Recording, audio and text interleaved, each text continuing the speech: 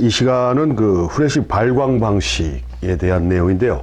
뭐 발광 모드는 두 가지로 압축할 수 있죠. 수동 모드하고 자동 모드하고 이게 두 가지인데, 뭐 수동 모드야 당연하게 후레쉬가 가지고 있는 풀광, 그러니까 최고의 그 파워, 자기가 가지고 있는 최고의 파워를 한 번에 터뜨리는 게 수동 모드죠. 수동 모드.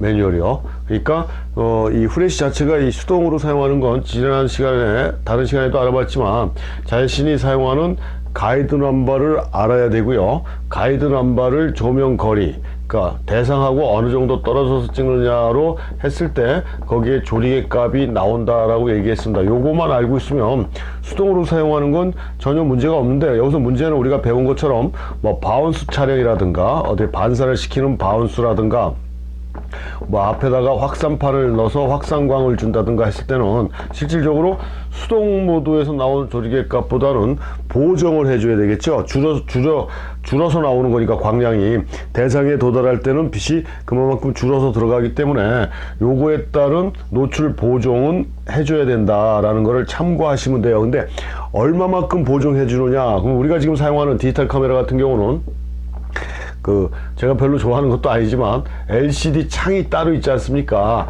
그래서 일단 촬영 전에 테스트를 해보시면 되잖아요. 뭐 조리개를 예를 들어 수동 모드로 놨는데 팔로 조리개를 했다. 그렇지만 이걸 뭐 바운스 치킬 때 5.6으로 놓든지 뭐 5.6 값 중간에 놓든지 이렇게 다양하게 몇 번 촬영을 해보고 거기서 가장 고광원에서 제일 적당한 거를 조리개를 선택을 해서 촬영을 해주면, 요 바운스를 하든 확산광을 사용하든 아니면 뭐 다이렉트로 할 때는 뭐 보정할 필요가 없죠. 제대로 조명 거리하고 가이드를 나눠주면 조리개 값 나오는 거니까. 근데 그것도 확실하게 정확하지 아닌지 모르겠다 할 때는 이것도 우리가 배웠지 않습니까? 브라켓팅, 노출을 조리개를 좀 더 변화시켜 가지고 뭐 몇 카트씩 찍어보는 게 좋은 방법이지만, 이렇게 순간적으로 막 움직이는 그 활동성이 강한 그런 대상을 촬영할 때는 브라켓팅이라는 방법을 우리가 이용하는 게 굉장히 번거롭기 때문에 일단 사전에 자기가 찍고자 하는 공간에서 테스트 샷으로 몇 장 찍어보고 가장 적당한 조명 값을, 그러니까 조리개 값을 선택을 해주는 게 가장 최선의 방법이고, 이 수동 모드를 사용하는 건 뭐 왜 사용하느냐, 뭐가 좋냐, 뭐 이런 걸 따지기 전에 일단 후레쉬가 가지고 있는 풀 파워를 한 번에 쓸 수 있다라는 그런 장점이 있고요.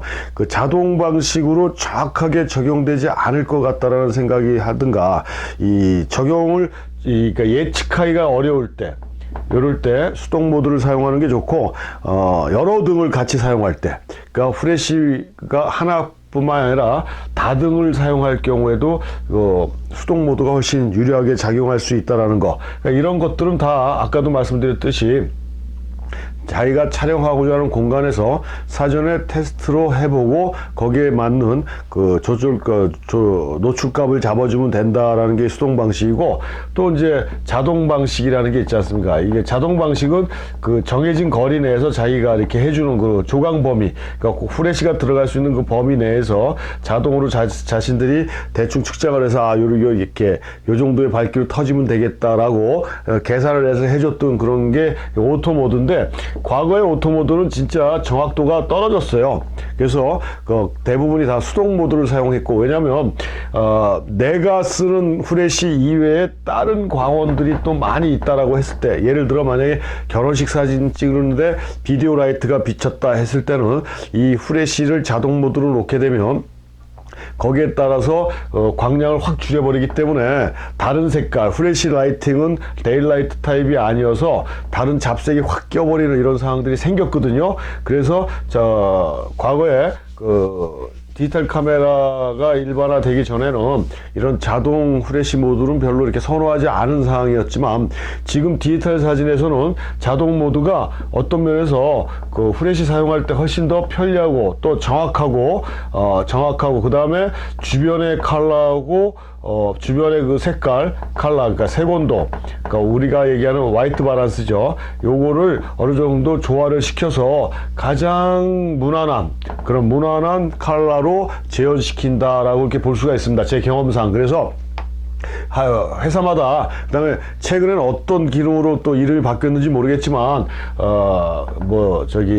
캐논 같은 경우는 ETTL 이라고 그랬고, 니콘 같은 경우 ITTL, 그래서 이 자동 모드, 프레시를 ITTL이나 ETTL 모드로 놓고 카메라 바디는 프로그램으로 놓고요. 촬영을 하게 되면은 조금 전에 말씀드린 대로 이렇게 정확하고 주변 컬러하고 적정하게 조화가 이루어진 그런 무난한 촬영을 해줄 수 있는 그런 아주 좀 어떤 면에 완벽하진 않지만 사용하기 아주 편리한 그런 자동 방식이 지금 디지털 형태의 그 프레시나 카메라에서는 가능하게 돼 있다 해서 이거는 뭐 내가 이제 후레쉬를 뭐 전문적으로 사용을 해서 내가 원하는 그 순수한 작업을 뭐 다이아나 보스나 전 시간에 배웠던 위지 같은 이런 특징을 갖고 있는 촬영, 뭐 그거는 다 수동 모드로, 그 다음에 후레쉬를 주광, 그러니까 메인 라이트로 사용한 거잖아요. 이렇게 특별한 목적이 있지 않는 한은 그냥 일반적인 촬영에서는 자동 모드 ETTL 기능이나 ITTL 기능을 이용해서 촬영을 한다라고 하면은 훨씬 더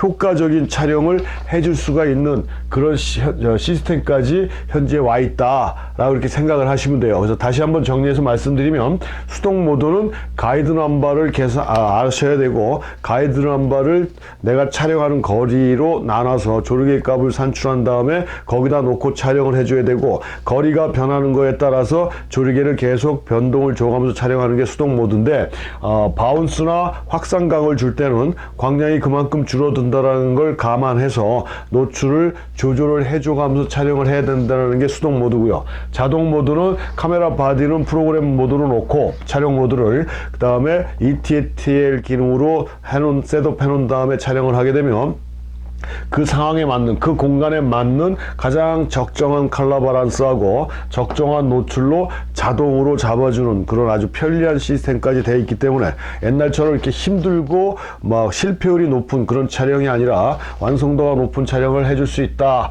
해서, 이 후레쉬 발광 모드에는 두 가지 수동 모드하고 자동 모드가 있다. 취사 선택을 하시면 돼요. 내가 어떤 식으로 촬영을 할 것이냐에 따라서 취사 선택을 해주시면 되고, 본인들이 후레쉬를 구입했다, 그러니까 핫슈에다 꽂는 클립온 타입 형태의 후레쉬를 구입을 했다, 그럼 거기에 사용법이 나와 있고요. 그 사용법에 따라서 적절하게 세팅을 해서 촬영을 한다라 그러면은 후레쉬 촬영이 옛날처럼 그렇게 고난도의 기술을 요하는 게 아니기 때문에 무난한 촬영이 가능하다라고 이렇게 말씀드리겠습니다.